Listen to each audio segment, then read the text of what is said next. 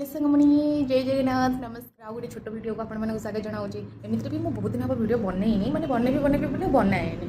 समय ही हुए आज मोर मन में किसी डाउट है से भाविली कि वीडियो मध्यम आपण कि क्वेश्चन करी जहाँकि आपण मो डाउटर प्रश्नर उत्तर दे पारे। कथाटा हूँ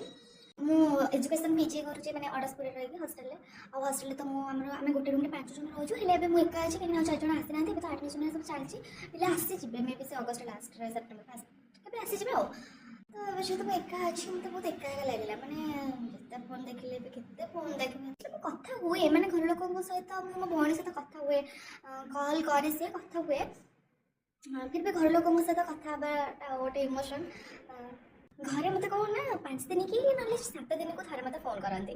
बोले कि तुम तो फोन कम करूना कहीं भी घर लोग